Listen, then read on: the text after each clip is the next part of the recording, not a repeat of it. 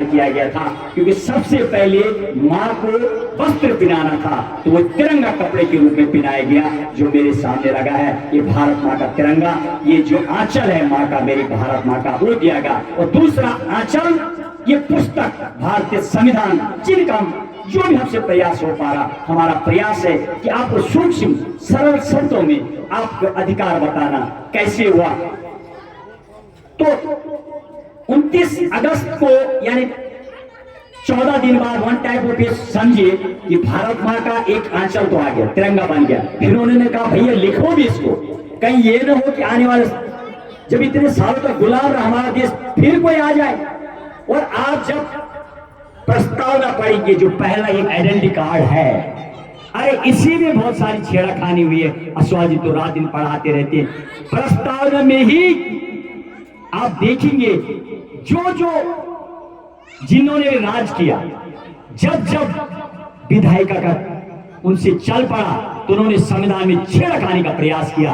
कई अमेंडमेंट लाए, 128 बिल अभी तक पार्लियामेंट में गए हैं, यानी 106 अमेंडमेंट हो चुके, यानी परिवर्तन कुछ अच्छे के लिए, तो कुछ उन्होंने अपनी मर्जी से भी किए।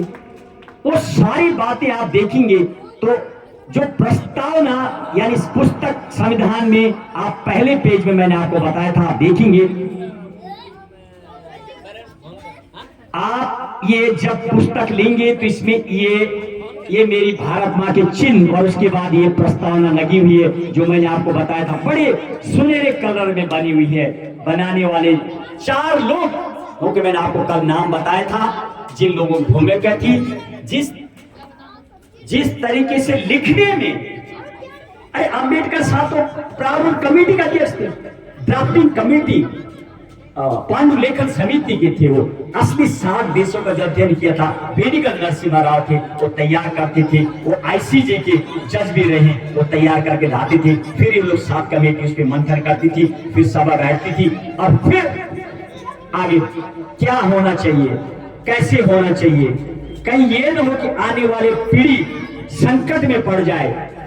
तो सबसे जो उन्होंने अद्भुत चीज दी आपको, और मैंने आपको कभी बताया था, वो मौलिक अधिकार जो 6 आपको दिए, अद्भुत दिए वो। और फिर बोला अधिकार तो दे दिया, लेकिन इसकी देख रेख कौन करेगा? छोटा अधिकारी करेगा, वो तो बदमाशी भी कर सकता है।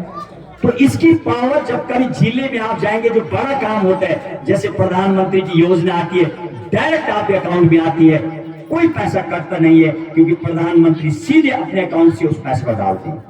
और यदि ऐसे नप के आता तो शायद आप तक 20% पहुंचता, 1000 रुपए पेंशन आती तो आपके घर में 600 पहुंचता।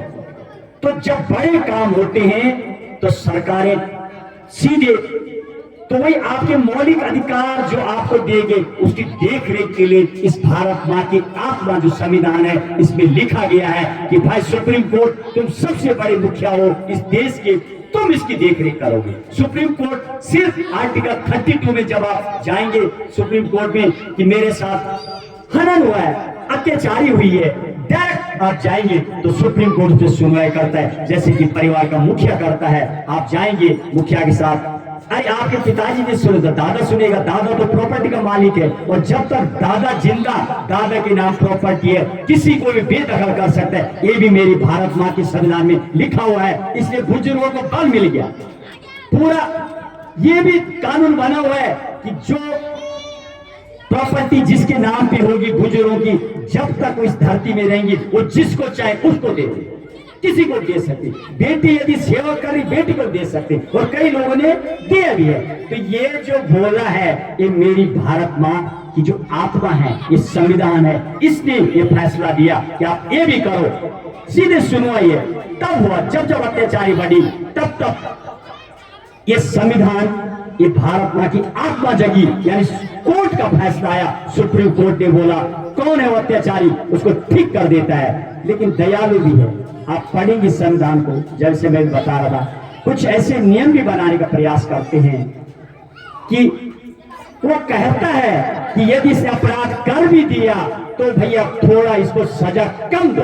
दयालु भी है ये भारत, जिस तरीके से मां दयालु है, ये संविधान भी बहुत दयालु है। ऐसे कई फैसले कोर्ट के आते हैं, पर आपने देखा जब अपराध करता है तो लोग बोलते हमें लाओ मार देंगे, ये कर देंगे, लेकिन वो बोलते नहीं, भारत माँ ये संविधान ये बोलते नहीं, हम बताएंगे आप और किसी को अधिकार नहीं है बोलने का कि अपराधी है कि नहीं। वो जब संविधान वहां पर उसको पुलिस जब ले जाती है, पुलिस को ये कोई अधिकार नहीं है बोलने के अपराधी है आपने क्या किया, ये कोर्ट बोलता है साफ।